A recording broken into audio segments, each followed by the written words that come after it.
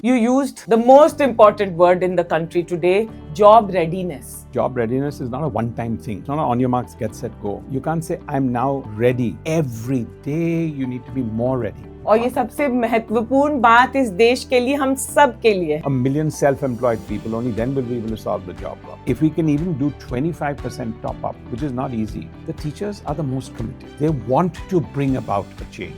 And education is the only way where we can have an equal opportunity India. No, I think there's a lot to be done. I think really the private players need to come and channelize that. Education also is a bit of a 20th century word, so that's not a good word. Online in today's India, where everyone at least has access to some form of internet connection, understands the binary that online is not Online is, I can't do anything offline, so I'm going to do it online. In the ecosystem, be it in the Bharat ecosystem, rural India ecosystem, urban ecosystem. So that whole ecosystem has to change, and more people are entrepreneurs who can generate 1,000 jobs. One skill every kid will need by 2030. Self-confidence. This is go light your bulb. Keep improving your game every day. We have to live mental poverty before we live physical poverty.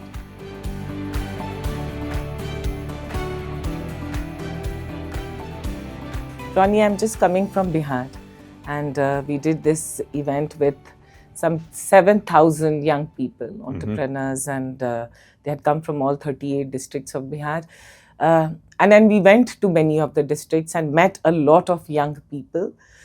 Very exciting because everyone is hungry, aspirational, but also a little worrying because one can see that, you know, a lot of them were not prepared for what is coming, and you are the person one wants to talk, because when it comes to education, skilling, when it comes to large-scale transformation in the country, you're working on that, you worked on that. So I want to understand, if we have to achieve the $10 trillion economy, Vikshit Bharat has to become a reality, then what do we need to do? You know, I think you've raised some very relevant and sharp points, but let me sort of zero in on the first one. A large amount of aspiration, slight bit of unpreparedness, a little bit of naivety, and how do you channelize that? Because I think just aspiration and passion, these are all overrated words today. They're really overrated words. And I think, of course, we're a young nation, but if it's not channelized, and I don't think a government can channelize it, and I don't think a private sector can channelize it. It's a context where I think that's the dichotomy today. Where we look at everything else. There's a FOMO of AI and there's a need for AI. There's a FOMO for lack of formal education, but you're feeling there's no ROI for that.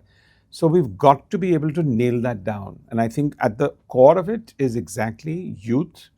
They have to channelize it, which means you need a certain base of, I wouldn't use the word education because then everyone thinks curriculum and formal, but some sense of very clear learning what you are and what the base is. Second, I think the work ethics is incredible in some ways because we want to put in the man hours. But if you look at, I hate to say it, but if you look at China, they'll put in the man hours with the savviness, with the preparedness, with the discipline. So I think a workforce without discipline is not a workforce. An approach to enthusiasm without discipline is not that. With a certain level. So if you come unprepared, it's a lack of discipline in the first place. Because today the world is your oyster in terms of knowledge, information, and preparedness. That we'd have to tilt the globe a little bit here and get to the very raw basics. Otherwise, all of us will go rah-rah, or then deal with this FOMO of AI. And then blame it on AI or hope it on AI. And both will be a bit of a fallacy. Yeah, and thank you. And that's why it's so important to talk to you, because you'll remove all the fluff and get to the bottom of it. Because is there any other choice? No, but listen, there are very few in the country who go to the crux of the matter. And the crux of the matter today is that, yes, everyone is talking about AI. And I want to ask you, because Atal Tinkering Labs has invested, and in this budget, over 1 lakh crore has been allocated for the expansion of Atal Tinkering Labs. What does it translate into? What should we be doing? See, initiatives are very strong, and we need to do that. The thing is, we need to look at and not be critical of that. So I think the Tinkering Labs forces innovation. The challenge here is, if there isn't skin in the game and we just do it as a push, if it's a target that you want to do and to meet, chances are you're not going to meet it. because the target is not about a financial spend. It's not a corporate company where have a revenue target and you meet it. This is a impact target, okay? This is a outcomes target. Outcome target, impact target is a lot to do with how you put it, how you channelize it. We can have a skilling center at every street corner. The question is, who will come in? Who are the trainers? How will they get skilled? What's the report card? How will they get assessed? Will they walk out 3 months later a better, more professional, disciplined workforce or not? So I think all great initiatives, obviously a tinkering lab is at the core where you're going right to the school level and you're forcing innovation, but they need to have an outcome. Yeah. So I think we spend 1 lakh crores here. I think we need to spend 5,000 of that 1 lakh crores on constantly evaluating outcomes. And if that happens, you need owners who can actually be able to sense that. So I think great initiatives, and I've seen that. We've seen that in our Swadesh Foundation when we put maths lab and we put computers. We felt good about it, but when we did our ASR reports or our outcome reports, the needle moving didn't happen. So we had to go back and figuring out the rigor of the discipline to explain to them, the teachers that were training them. I think that's really the core of the road to Vikshit Bharat, the road to outlays from the government. We've got to be able to spend 10% in putting owners. Because there are a lot of people who say that the skilling program, Skill India program in our country has not actually created that kind of an outcome which was expected. And every district has a skilling program. There are polytechnics, and I was talking to some senior people in different states, and a lot of people go to these programs, but uske baad hota kya hai? Yes. There has to be a connect. And I've just had 2 very live experiences where, the Honorable Skills Minister has formed some subcommittees and wanted me, along with their people, to review some of their 50, 70 skill centers. Let me just say, I'm very happy that he got you to be there. No, because I think we have to all put in. We all have to input right now here. Otherwise, we can be all outside commentators in the thought process. And similarly, we adopted one of the ITI centers at Dadar in Mumbai. So both were these live things that I've experienced in the last 3 or 4 weeks. You can't ask that one question. It's not a living room, dining room conversation. It's a conversation where that's why a counselor comes in, a teacher comes in, a principal comes in, the dining room conversation comes in, and then you chart your career growth. So I think today that is really the need. We'll have to channelize things. And my only concern here is if we give it out as a grant, it's not appreciated. It doesn't have that sense of ownership. Everything needs to have an owner. Everything needs to have skin in the game. Even if it's 5%, 10%, then it makes an entirely different context. And third, everything needs to have a report card in terms of outcomes. I think we'll change a lot. Otherwise, it'll be, skill, then AI, and then there'll be another buzzword at some stage. And we'll just move from one to the other. Why don't you become the Chief Education Officer of India? Because I think I would be completely overwhelmed and incapacitated to do that, because I think it requires structure and planning. I'm also talking from the outside. What I'm doing in Swadesh, what we're doing at upGrad, what I'm doing with some of the other input works is the level at which one can do that. But wherever I think one needs to go, one needs to have, it's not about policy making, because policy making is very important, but we need implementers. We really need implementers, because I'm saying the workforce today is not ready. Why? We don't have that final work ethics and discipline. I hate to say that. I'm a very, very proud Indian. Do you think as Indians, we lack that? Look, I don't want to put a paintbrush on everything else that we do here, because it's not the case. But it is absolutely true. I think there's a very high sense of entitlement. In the job framework today, there's a very sense of high entitlement. As soon as you get in, there's a sense of entitlement. And you think you can job hop and cut around. So that entitlement is high, discipline is low, and I would say a little bit of ethics. And ethics doesn't mean honesty. Ethics means a job is not a job. So when somebody says, look, work is work. Look, you can be on anything as long as you're switched on. And if you think that's helping you be innovative, I don't really give a damn if for 5 hours you're on that. If it's giving you that spark of an idea that'll give the gem of the idea that'll get somewhere else. So that 10 on 10, this is not about regimenting people on a work life or how many hours you work. It's about the discipline, and that a job is not just a job anymore. In this century, and for India to be where it needs to be, where we need to overtake the Japanese work ethics or the Chinese work ethics in a different manner, and I'm not doing it as a comparison because I think we bring a lot to the table. Yeah. So to say we have 10 global CEOs that come from India, sure, but they came in with a very different education learning system and have an extremely competitive environment in which they've survived. You put that into the Indian framework, it's tough. It's very tough because you haven't had that discipline. It's so good to talk to you. Ronnie, I made this presentation here in Delhi. I met a lot of startup coordinators from different districts in the country. And it was very startling, this information that they gave, is that their job is to work with the entrepreneurs and startups in these colleges. He said that, ma'am, हम तो करते हैं, मगर जो head होते हैं college के, जो यूनिवर्सिटी के चांसलर्स, ये लोग कहते हैं, वो कहते हैं कि आपका मार्क्स और आपकी डिग्री और आपको ये करके आपको जॉब लेना है और आपको यूएस जाना है या जो भी. Their motto is that everyone should get those grades and numbers and get a job. और हम यहाँ पे कह रहे हैं entrepreneurship at the top of the value chain is saying something different, and we are here saying कि आप startups करो. And I thought that again what you are pointing out, that the implementation, right? Yes, we want everyone to become a job creator, get a, and students to think that. But again, there's such a difference and dichotomy because the head of the institute is saying that get a job and get a degree and get the numbers. See, that's his KPI. That's his deliverable.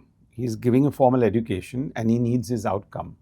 If you tell him now to compromise on that outcome and you're giving people aspirations and entrepreneurship, it's a bit of a hish-hash. So I can't blame that. The combination of that, I think, is the most important. So I think it boils down to the fundamental part where, again, in terms of entitlement, people feel formal education means I have to be someone superior and I will land, I have to get a job, like where's my job kind of situation. And I think the question here is there disenchantment for formal education because I'm not getting a job? There is no context like that. I'm afraid you'll have to make that minimum investment to go through some sense of formal learning. It is true that our formal learning today is not up to the mark, but that's frankly globally. I don't think it's an India phenomenon. Yes, in some of the Western countries, the university training, but the school training there is very basic. I think our school training here in India is 10x better than the Western world. Okay, and then maybe a little bit in college and universities, it goes down unless you're in a private university. So today for people to say, why should I do a degree? Because you need that base. Without that, you're going to not have the discipline. Yes, 50% you'll have to unlearn. 35% you have wasted your time. But what's your choice? You need that 25% of basic part to go through it.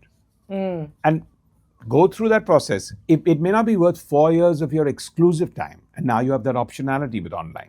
But I'm just saying, I'm not here to pledge the online case. I'm here to say you have optionalities, but you need a base case. During that period, if you're looking at this as cramming, then it's a problem. If you're looking at this as what more can I do? Because in those 3 years, you can do so much more in terms of add-on if you don't have any sense of entitlement. The hungry ones, the 5% in each university that finally do well, is not how they fare well in those classes.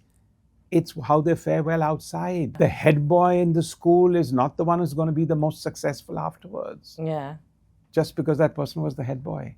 China, we've seen recently where the state has come in to regulate education sector. In India, it's interesting that we have so many private players. We have government also very invested. What's that outcome-oriented model that we should follow as a country? So look, firstly, I think each country to their own. Yeah. Second, we have got good regulations in this country, right? And now we have a good education policy. The policy of a government is to lay out the lay of the land, to put down some basic criteria. I think what happened in China was a little bit more in terms of profit exploitation versus anything else, where they felt that at the school level, the parents felt I was being overpaid. Therefore, I don't want a second child. I don't want a third child because just to get them through education with this higher cost. So it was a very different, the way they would look at it. So there was a lot of politics in that. Politics of saying, I want the younger population to grow, and actually education is slowing down that, which is not the case in India. So here I think we have a good regulatory framework. in that regulatory framework, I think we need to actually go out of the bounds. Today, I would say, while we're looking at that, curriculum education is there. It's not easy to change it. But today, I would say, if we can even do 25% top up, which is not easy, because I've worked with teacher training programs and everywhere else in rural India, the teachers are the most committed. Okay, they want to bring about a change. But when you say they're on a 2-month holiday, they're the ones people not having a holiday because they're catching up. They're doing the prep work for the next term. They're doing the examinations. They're helping the weaker 20% of the kids to do that. So that whole ecosystem has to change. We're not actually making teaching an aspirational job here. I think the beauty about the online part is everyone can be a professor, and not in a casual way, because up till now, you would love to have a guest lecture somewhere. But today, you can have 20 hours of your month dedicated to be a specialist in your field. And that will actually give industry knowledge to a working class of a different nature. So I think that's where we really need to head there. Yeah.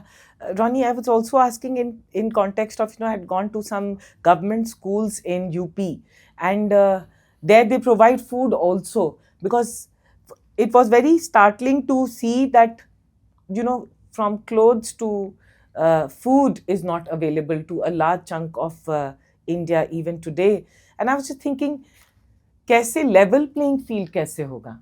And education is the only way where we can have an equal opportunity India. So what do you think we need to do there? No, I think there's a lot to be done.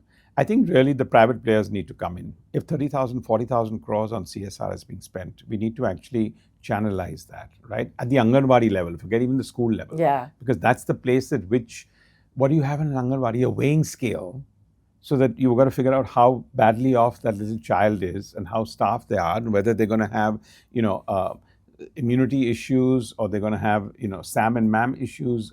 So those are some of the very basic ones. So first is, look, I learned my lessons where when I went there and I thought we should do something in schools in rural Maharashtra we were working, we realized that first we needed to solve the water problem before we solved the school problem. Yeah. Because the girl child is absent. So it's as basic as that. It's a 360-degree solution you need to find. There is no helicopter landing and saying, let's give a midday meal. Of course, a midday meal. There's nothing better than a good, nutritious meal that can come in. But if that's the only hook for a child to come in, can you imagine the psychology of how they're going to be part of Vikshit Bharat? That I came to school, and what do you most remember? A very good balanced meal or a good meal or whatever the case may be. That is to be an epicenter and a basic for them to then feel the learning center of what we want to do here. Yeah. So I would say there's a lot to be done. I think the private sector needs to come in. I think basic infrastructure is a base level of what we need to do. But teachers and that level of training and exposure needs to happen. Because at rural level, they've got the same ambitions and aspirations. I admire you because to me, and you know that I meet a lot of people, you have navigated both the worlds, which is the social with your foundation, and you are also very hardcore businessman and both so beautifully and so impactfully, beautifully nahi main kahungi, impactfully you have navigated and shown that this is possible. Now, yeah, but just to say, it's not navigation. When you're for profit, you should do for profit. When you're not for profit, you should do not for profit. This in between of impact sector, social sector for less profit doesn't exist, because you can't solve problems at scale unless you have the funds and the might to generate not for profit. Otherwise, generated for profit. Anyway, what is for profit? 90% of that goes back into an organization, goes back into a companies. I know some companies are spending a gazillion amount of money buying back their shares, which I think is really a really bad idea if you ask me, because it means I've run out of ideas. I'm bankrupt. So, but most companies plow it back in either R&D, expansion, growth, employment, research, expansion, everything else. And I think, so to me, it's not been a navigation. It's been black or white. And I love your black and white, because that black and white has shown a framework to many people, including me, that this is possible. Yes. Yeah. I'd love to do the Michael Jackson jig on black or white. And it is helpful for all of us in India, and that's and I have to call that out. The question I have for you is that with upGrad, tell me, what are you doing to be part, to play a very strong role in the Vikshit Bharat story that we are going after? Yeah, I mean, look, I'm extremely proud of what we're doing at upGrad, but at the same time, it's a cup that's even less than half full, right? Because, and I feel that same when we announce Swadesh Foundation, because there's so much to be done that almost every day you feel you filled it a little bit, but there's so much more that needs to be done.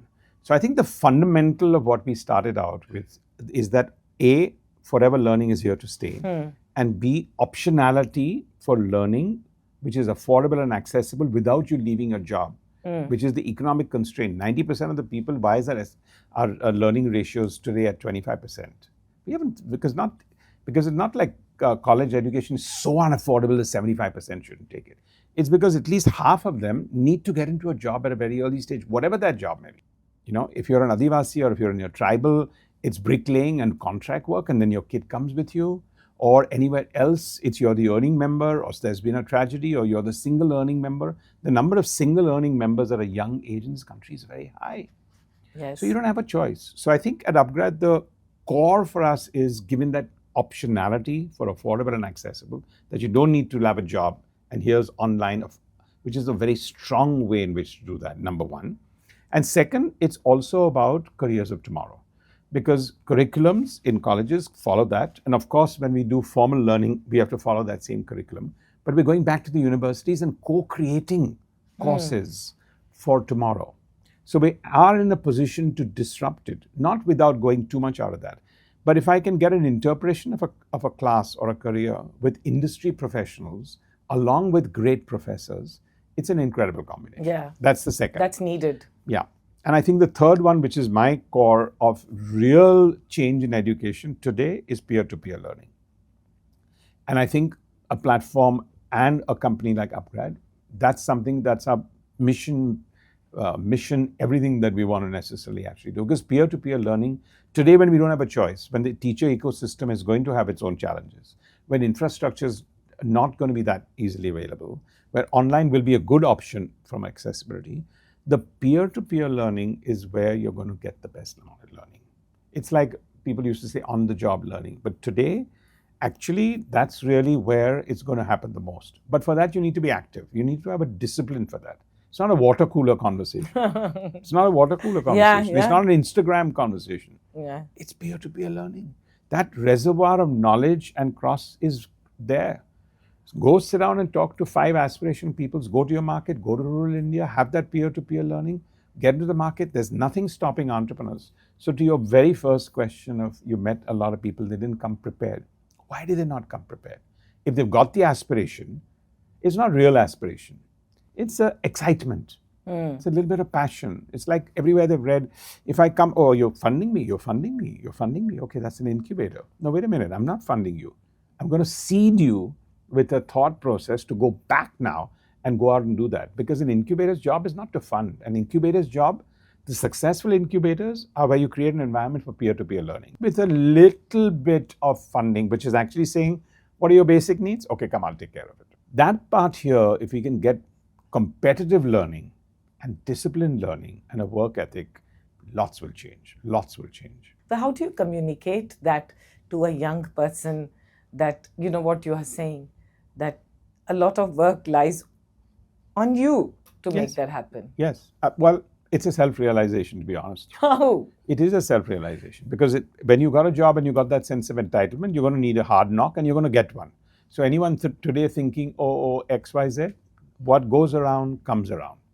And there's no question about the fact. We've all had our massive hard knocks in life. Yes. They don't go away and they will come. So there'll be self-realization to the people who you can't preach to. There'll be other people who you will have to create scenarios, not necessarily to explain to them with the what ifs of what may happen. And therefore, people need to be able to be in a peer-peer group where they can actually share some of those experiences. But today, it is a self-realization that needs to happen. It can't happen. We can't just proclaim it. Wish that you continue saying every day and we listen, because as a country, as people, as startups, as entrepreneurs, as policy makers, all of us need to listen to this and think about these things, because we don't. These are but this headlines. Is not about fraud. There'll always be the laggards. And look, even the Western world has big laggards. You know, they've had their Enrons, they've had their Bernies, they've had all their people. So let's not sit here and be this holy cow that, you know, a corporate governance in India is a problem. that there'll always be the black sheep, but that's not the basis. The real basis is today, especially in this new ecosystem, you need time to breathe what you need to do, and you need that maturity of what you want to do. But you know, Ronnie, you have been an investor. Investors are always looking for returns. Of course. And quickly. Well, I don't know about the quickly part, because I think they have a window. The problem is that window is a window of self-fulfillment. And look, it's an ecosystem that has to work. So I'm not here against that. I mean, obviously, they've got to go out and raise the next fund. They need to do a mark to market. So they have to look at it from their perspective. But then when a sector has one or two that didn't work out, you cannot sweep the sector, because those are very isolated situations.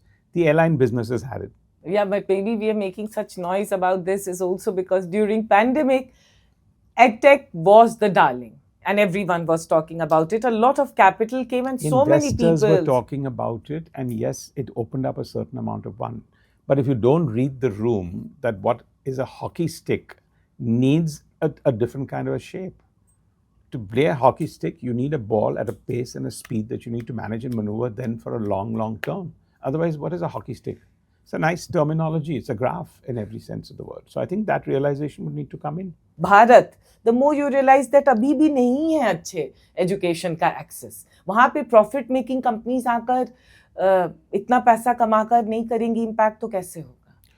Look, you've asked two different questions. Yes. So A, EdTech, and B, this whole for-profit, not-for-profit. Let me approach both. I think firstly, EdTech, I think should be a terminology that should be dropped, right? Because there's no reason to attach tech to ed in the first place. It got there for fundraising, and then it stuck. So the terminology is made by about maybe 800 people out of 1.4 billion people, and now we need to unstuck it. Okay. There will what should be the word? No, education also is a bit of a 20th century word, so that's not a good word. This whole, I call it the forever learning segment, or what we may now call the skilling segment, or the entire job ready segment. That's the broad segment we're talking about, right? Because otherwise, I love job readiness. Yes. Yeah. So I think that's just that whole job readiness is an ecosystem. Yes. So that's where I think it is. In that, the market is so immense. The question is, the penny hasn't dropped with most people how urgent it is.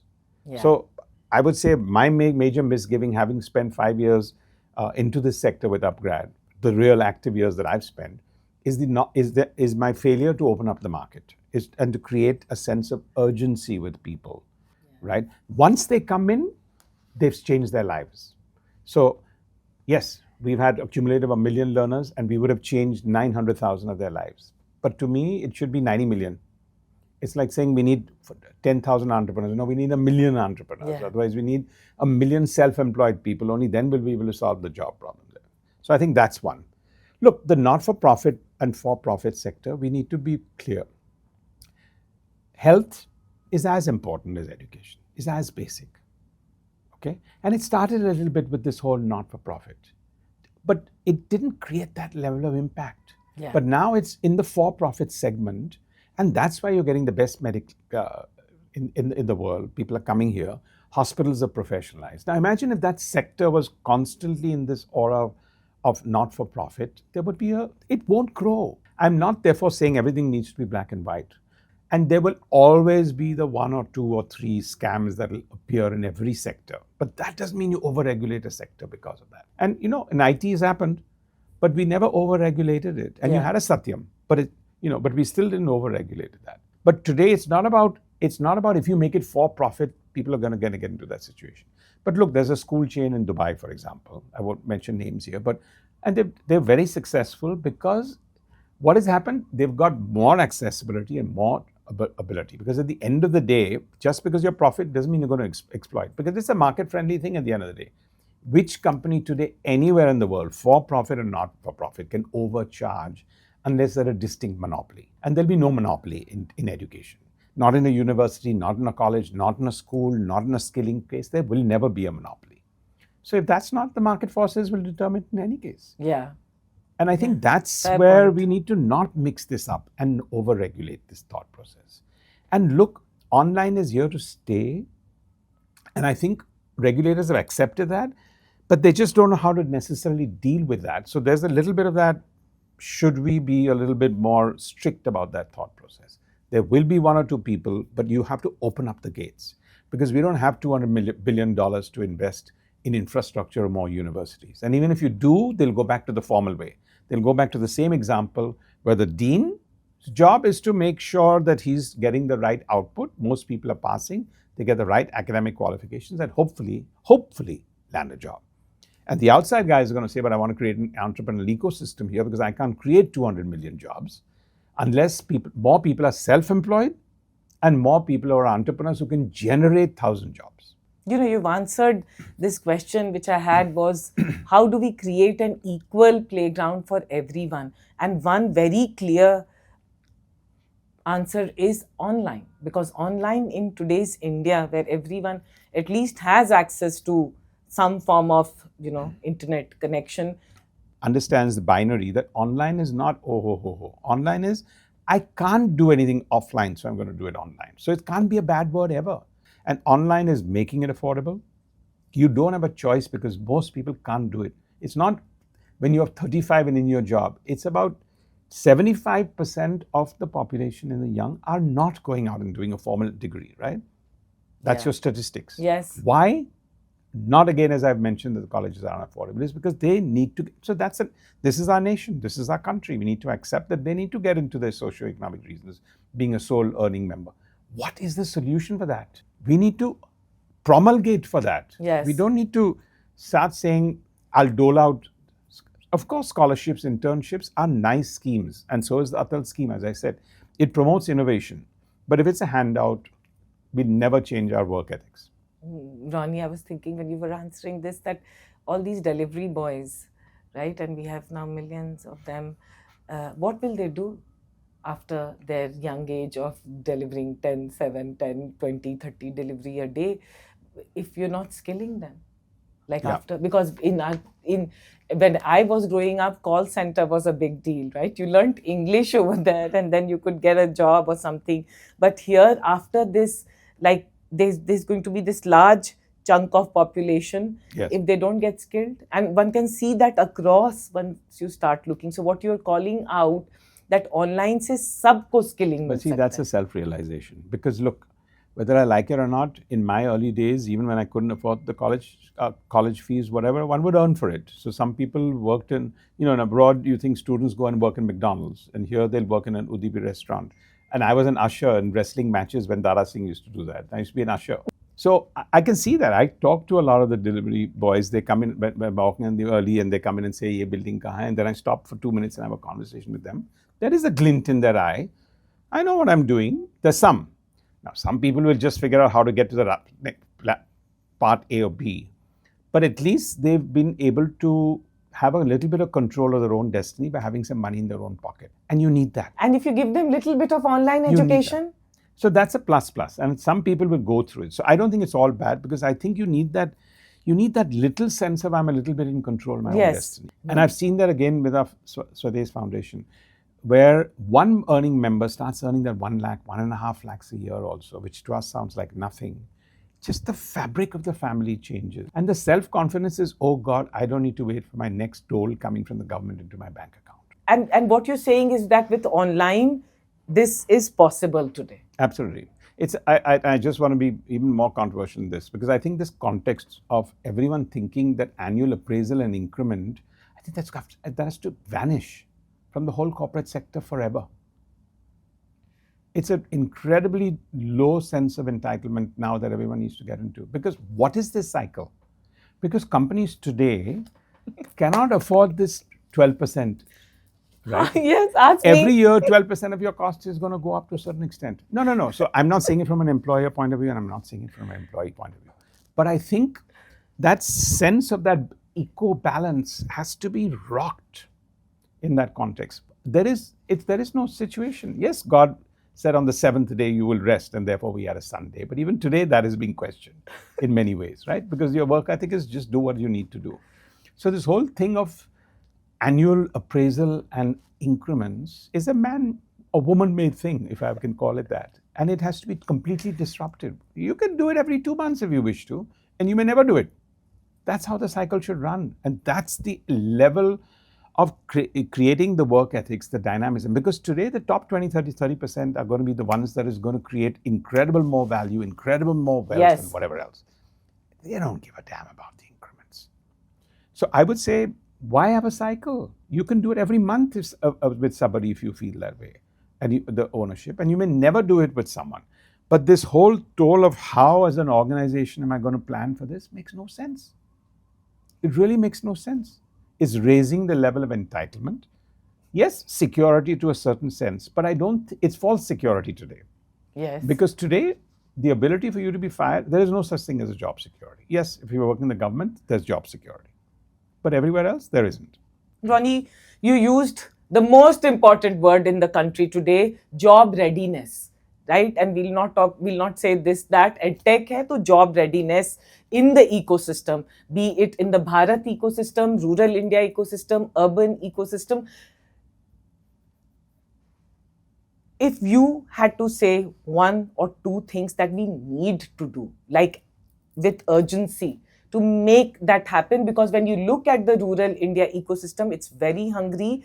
And I just somehow think that how do we bridge that gap of making job readiness an actuality? Yeah.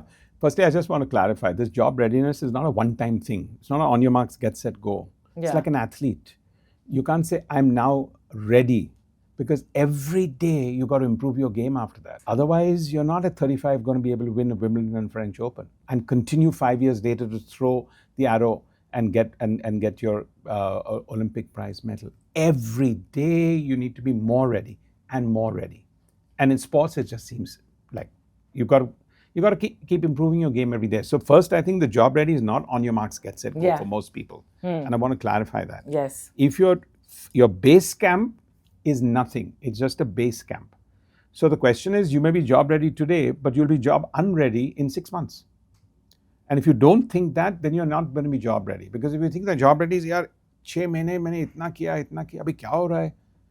No, it'll be a constant one. So that I just want to know, readiness is a ... Present continuum. Yeah, it's a past, present, future continuum context. And that is, if you get that in your mind, actually you'll get job ready faster than most people.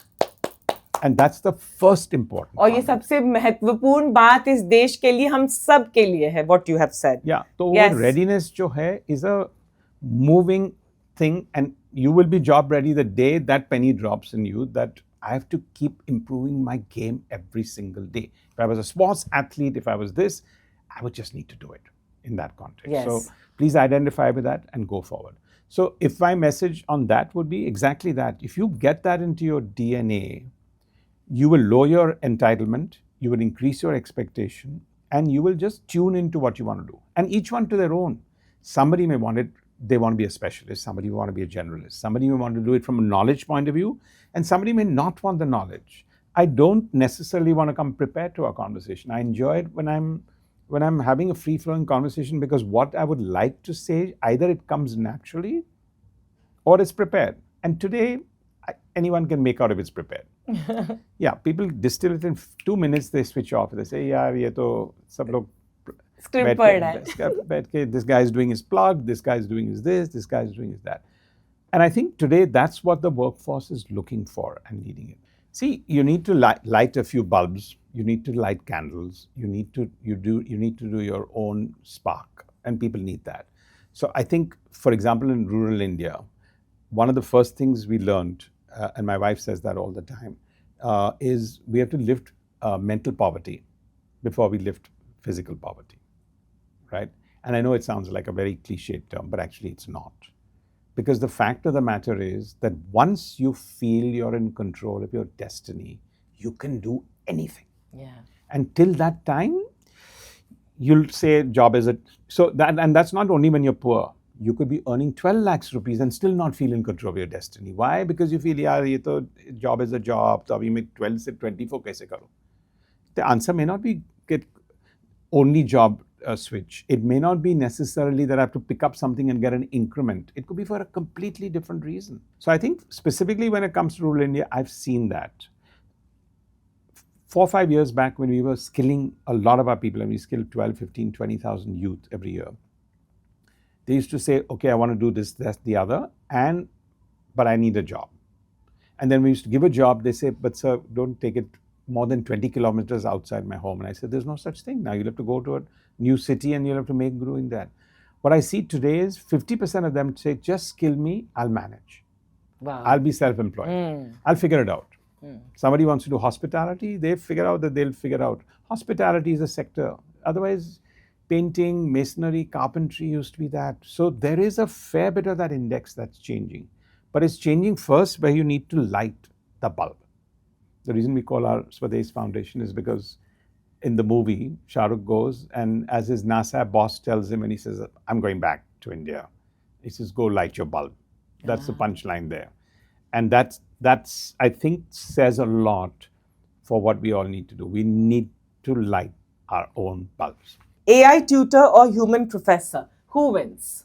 I think the combination wins, but if you again it's a binary answer, I still think the human tutor. One skill every kid will need by 2030. Self-confidence. Wow. This is amazing answer. Ronnie, you are a product of India. You're an entrepreneur from India.